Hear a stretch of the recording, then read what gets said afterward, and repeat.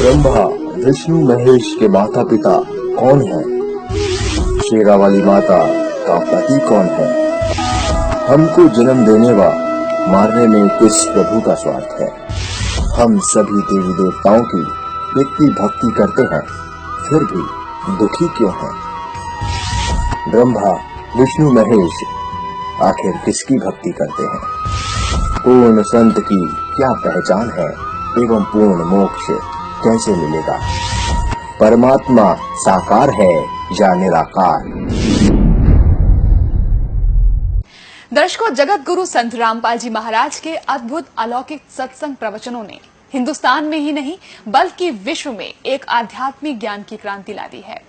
लाखों श्रद्धालुओं ने हमें इन सत्संगों के प्रसारण के लिए बधाई पत्र भेजे हैं। इसके साथ साथ कुछ श्रद्धालुओं ने कुछ शंकाएं भी हमारे को भेजी हैं। हमने उन सब श्रद्धालुओं की शंकाओं के निवारण के लिए संत रामपाल जी महाराज से भेंट की तथा महाराज जी से उन सभी शंकाओं का निवारण जाना, जिसकी जिज्ञासा हमारे दर्शकों में बनी हुई है। तो आइए अब जानते हैं परम पूज्य जगत गुरु तत्वदर्शी संत रामपाल जी महाराज से आपकी हर शंका का समाधान। महाराज जी, हमने सुना है कि आप जी श्री ब्रह्मा जी, श्री विष्णु जी, श्री शिव जी आदि देवताओं की पूजा छुड़वाते हैं, क्या ये उचित है? ब्रह्मा विष्णु महेश को हम छुड़वा सकते हैं? हम कोई बालक हैं? परमात्मा कबीर जी आदरणीय गरीबदास साहिब जी को सतलोक लेकर गए थे। वह सब सतीथि से परिचित करा कर ब्रह्मा विष्णु महेश की सतीथि से परिचित करा कर वहां पे छोड़ दिया। उसके बाद उन्होंने कहा था, तीनों देवा कमल दल बसे, ये ब्रह्मा विष्णु महेश, प्रथम इनकी वंदना फिर सुन सतगुरु उपदेश। उन्होंने कहा था कि तीनों ब्रह्मा विष्णु ये तीनों देवा कमल दल में बसते, हमारे कमलों में, इन दलों में अंदर रहते हैं, और प्रथम इनकी वंदना, ये मंत्र जो करते हैं इनकी साधना करते हैं, और फिर सुन सतगुरु उपदेश, सतगुरु के ज्ञान को सुनो और उसका पूरा कंप्लीट कोर्स लो, तब ये बात बनेगी। अब ब्रह्मा विष्णु महेश हमारे कोई दुश्मन नहीं है। कई कहते हैं कि आपके गुरु जी तो ब्रह्मा विष्णु महेश को छुड़वाते हैं। ब्रह्मा विष्णु महेश को हम छुड़वा सकते हैं? अब जैसे ऊर्ध्व मूलम अधः शाखम, ऊपर को जड़ वाला, नीचे को तीनों गुण रूपी शाखा वाला, उल्टा लटका हुआ संसार रूपी वृक्ष है। अब इसमें क्या है? ऊपर को जड़ता पूर्ण परमात्मा, नीचे को तीनों गुण रूपी संसार रूपी वृक्ष की शाखा है। तो क्या कोई शाखा को काट देगा बुद्धिमान व्यक्ति? पेड़ की शाखा को कोई काटने की कहेगा कि इसको तो फेंक दो काट के, फिर लटका के करेंगे बाकी का हम? तो कहने का भाव ये है कि जैसे परमात्मा कहा करते कि जैसे हमने भक्ति रूपी पौधा बीजना है और हम नर्सरी से कोई पौधा लाए, कैसे बीजेंगे? उसको गड्ढा खोदेंगे और उस गड्ढे में उसको जड़ों की तरफ से दबाकर मिट्टी में, फिर उस जड़ों की मूल की सिंचाई करेंगे। तो मूल की यानी जड़ की पूजा करेंगे हम, तो वो पौधा पेड़ बनेगा, उसकी टहनियां बड़ी बड़ी हो जाएंगी, तीनों गुण रूपी शाखा। तो उन शाखाओं का फल लगेगा, और फल के लिए हम सारा प्रोसेस अपना कर रहे हैं, फल प्राप्ति के लिए हम कर रहे हैं। तो वो हमने तोड़ने नहीं होते, हमने ऐसे करना है, अपनी way of worship according to the spiritual करना है, शास्त्रों के अनुसार करना। देखना, ये समझ लो हम एक पौधा लाए तो ये है बुद्धिमता। जड़ों को गमले में यानी मिट्टी में डाला, दबा दिया और पूजा शुरू कर दी, सिंचाई। ये जड़ कबीर परमात्मा है इस संसार रूपी वृक्ष की। अब ये हमने जड़ों को पूजना है। इन ब्रह्मा विष्णु महेश की पूजा नहीं कर, हम क्या कर रहे हैं? ऐसे कर रहे हैं। ये बता बालका वाला काम कर रखे हमने, हंसी नहीं आवे। हम ऐसी पूजा कर रहे हैं, उल्टा काम कर लिया हमने।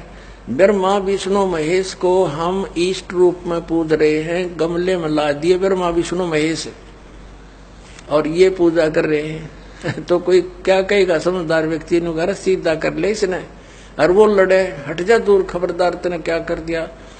अब देखो, जड़ छोड़ दी हमने, अब जड़ ऊपर रहेगी तो भक्ति रूपी पौधा सूख गया, ये यूजलेस है। ये शास्त्र विधि को त्याग कर शास्त्र विरुद्ध साधना है, ये उल्टा बीजा हुआ भक्ति रूपी पौधा। और हमने ऐसे करने को कहा तो इसमें इसकी पूजा करेंगे भगवान कबीर साहब की, फिर हमारे शास्त्र अनुकूल कर्म बनेंगे। शास्त्र अनुकूल संस्कार होने से ये फल ब्रह्मा विष्णु महेश ने देना हमारे को, क्योंकि यहाँ के ये प्रधान है, इविन का फल लगेंगे। अब इसका प्रमाण देते हैं। अपने आत्माओं परमात्मा ये कहा करते तुम साधना ठीक करो और फिर आपको लाभ होगा पूरा। अब तुम साधना कर रहे हो उनकी जो आपको कुछ दे ही नहीं सकते। अब जैसे आप किसी फैक्ट्री मालिक की नौकरी कर रहे हो तो नौकरी उसकी कर रहे हो, आपकी हाजिरी लगकर तनख्वाह बनकर कैशियर के पास आती है, अकाउंटेंट के पास आती है। अब तनख्वाह तो देंगे अकाउंटेंट और वो कैशियर, लेकिन वो देंगे आपका वर्क डन, और वो भी उस मालिक की मजदूरी करोगे। तो यदि उस आप लागे अकाउंटेंट और कैशियर की जूते साफ कर उसकी प्लेट धोना, वह नौकरी दी छोड़ आपने, वो खाक देंगे आपको, भाजत चाह बिना प्याओ टाइम पे। तो इसी प्रकार हमने पूजा तो करनी है, मजदूरी तो करनी, इष्ट रूप में तो पूजना परमपिता को कबीर साहब को, और फिर उससे बनेंगे हमारे शास्त्र अनुकूल जितने भी शुभ संस्कार फिर देंगे। यही यहाँ पर जब तक आप यहाँ रहोगे तो यहाँ के ये प्रधान है, इन्होंने हमारा वर्क डन देना है। जैसा कर्म करेगा फल देगा भगवान, इनका ये आखिरी विधान था। तो ये भगवान तो वर्क डन ही दे सकते, इसमें ऐड नहीं कर सकते। और फैक्ट्री मालिक बनवाने के रखे दे दे तोहफे में, यानी परमात्मा हमारे मालिक हैं, मालिक तो कुछ भी दे सकता है। अब और थोड़ा सा दिखाते हैं क्योंकि कंसेप्ट इससे जुड़ा हुआ है। इस गीता जी अध्याय नंबर 3 के, ये श्रीमद् भगवद गीता अध्याय नंबर 3 के आपको दिखाते हैं श्लोक 10 से लेकर 15। ये देखिएगा श्रीमद् भगवद गीता अध्याय नंबर 3 के और श्लोक नंबर 10। प्रजापति ब्रह्मा ने कल्प के आदि में यज्ञ सहित प्रजाओं को रचकर कहा था, तुम लोग इस यज्ञ के द्वारा, यज्ञ माने धार्मिक अनुष्ठान, शास्त्र अनुकूल वृद्धि को प्राप्त हो।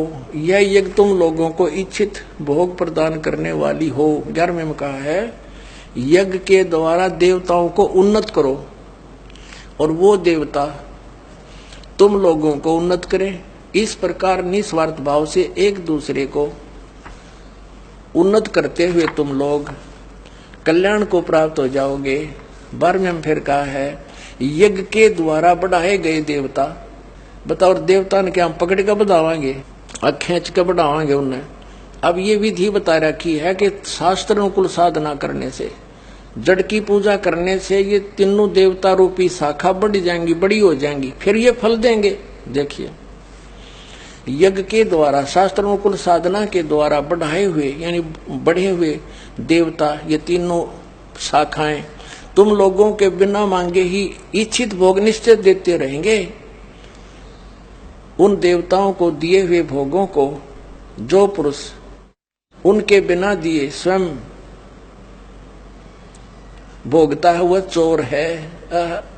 अब क्या सिद्ध हो गया कि जैसे हम मूल की पूजा करेंगे, मूल की यानी जड़ की पूजा करने से टहनी बड़ी हो जाएंगी, ये देवता बढ़ गए, बड़े होकर ये फलों से लदपद हो जाएंगी, ये टहनी बिना मांगे देंगे अपने आप, क्योंकि हम मूल की पूजा कर रहे हैं तो अपने आप इनका बस की बात नहीं, देने पड़ेंगे फल हमारे को।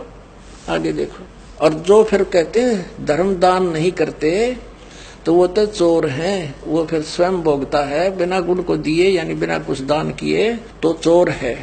13वें में कहा है, यज्ञ से बचे हुए अन्न को खाने वाले श्रेष्ठ पुरुष सब पापों से मुक्त हो जाते हैं, और जो पापी लोग अपने शरीर पोषण के लिए ही अन्न पकाते हैं वे तो पाप ही खाते हैं। इसका कहने का भाव यह है, अपने आत्माओं यहाँ पर सतलोक आश्रम बरवाला जिला हिसार हरियाणा में पूरे विश्व में एक ये स्थान है जहाँ शास्त्र अनुकूल साधना होती है।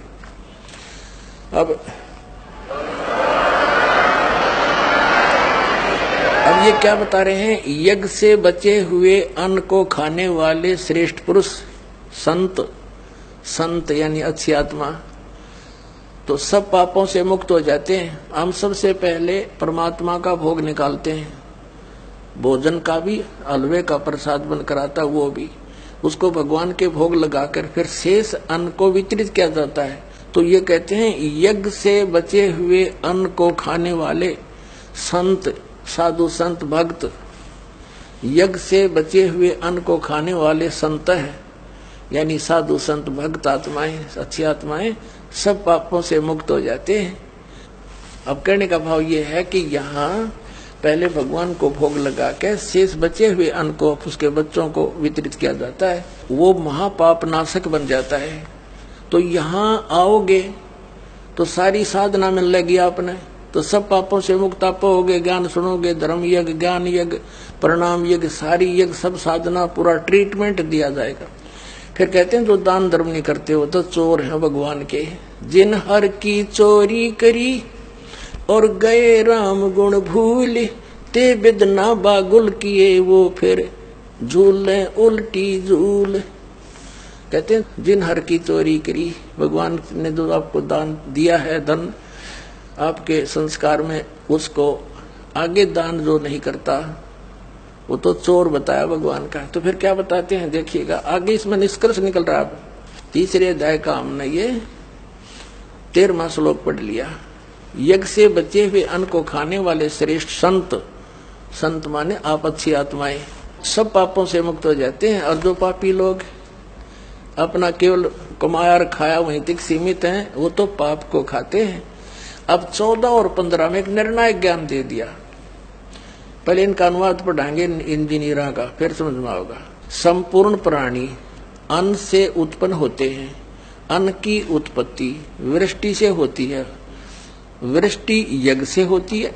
यज्ञ इसका अर्थ शास्त्र अनुकूल कर्मों से जो होता है वो विहित कर्मों से उत्पन्न होने वाले हैं, यज्ञ यानी धार्मिक अनुष्ठान। और कर्म समुदाय को तू ब्रह्मो उद्भवम, इन्होंने ब्रह्म का अर्थ वेद कर दिया है। कोई बात हुई, ब्रह्म का अर्थ वेद कर दिया। ये लिखना था कि देखो हम यहाँ पर आए इस काल के लोक में, तो हमने कर्म करके ही मिलेगा, ना कति नहीं मिले। तो कहते हैं ये कर्म लगाए ब्रह्म ने बनाया विधान यहाँ का, और ब्रह्म की उत्पत्ति हुई परम अक्षर ब्रह्म से, उस परमात्मा से, सच्चिदानंद घन ब्रह्म से। इसका अर्थ तो ये है, लेकिन इन अज्ञानियों ने कुछ ज्ञान तो था नहीं, सारे उल्टे अडंगे अड़ा दिए। ये देखिएगा, कर्म समुदाय को तू वेद से उत्पन्न नहीं, ब्रह्म से उत्पन्न हुए। और ब्रह्म अक्षरम उद्भवम, अविनाशी परमात्मा से, यहाँ ब्रह्म लिखना था, ब्रह्म ये काल अविनाशी परमात्मा से उत्पन्न हुआ जान। इससे सिद्ध होता है कि सर्वगतम ब्रह्म, सर्वगतम माने सर्वव्यापी परमात्मा, सबका मालिक, सदा ही यज्ञों में प्रतिष्ठित है। वो इष्ट रूप में पूज्य है, वही प्रतिष्ठित है सभी यज्ञों में, उसको इष्ट मानकर पूजा करनी चाहिए। इसका निष्कर्ष ये निकल गया। अब हम उस परमात्मा को इष्ट मानकर पूजा करेंगे तो हमारी शास्त्र अनुकूल साधना होगी। और इसमें कहा है कि सारा जो शास्त्र अनुकूल साधना करने से हमारे शुभ संस्कार बनेंगे। ये भक्ति रूपी पौधा बड़ा होगा, ब्रह्मा विष्णु महेश के पास हमारे संस्कार जाएंगे, और ये बिना मांगे आपको देंगे, आपको बिना मांगे देंगे। जैसे फल लदपत हो गए टहनिया के, आप भी खाओ, रिश्तेदार भी ले जाओ, और पड़ोसी भी तोड़ ले जाओ, तो भी समाप्त ना हो। तो इतना इस प्रकार हमारा ये पूरा भक्ति क्रम पूरा होता है। तो हम आपको सबसे पहले परमात्मा ने कहा है कि तीनों देवा इन कमल दलों में बसे, ये ब्रह्मा विष्णु महेश, और प्रथम इनकी वंदना, और फिर सतगुरु उपदेश। तो हम इनकी पूजा नहीं कर रहे, हम किसी का किराया दे रहे हैं, जैसे हम टैक्स भर रहे हैं बिजली का, हम बिल भर रहे हैं इसका, टेलीफोन का, वो पूजा थोड़ी कर रहे हैं, वो तो हम उनको दे रहे हैं, तो हमें हमारी सुविधाएं जारी रखेंगे, नहीं देंगे तो कनेक्शन काट देंगे। तो हम शास्त्र अनुकूल साधना कंप्लीट कोर्स ना करके अपनी अपनी डफली पीट रहे हैं, जिस कारण से हम परमात्मा से मिलने वाली साधना से वंचित होकर के हम नास्तिक होते जा रहे थे। अब परमात्मा ने दया करी आपके ऊपर और इस दास के ऊपर। इस दास को बनाया वो तत्वदर्शी संत, और जो ज्ञान परमात्मा 600 वर्ष पहले छुपा के थे खजाना, इस दास को चाबी दे दी। अब दास ने खोल दिया उसके बच्चों के सामने, अब खाओ और खर्चो, चलो सतलोक में।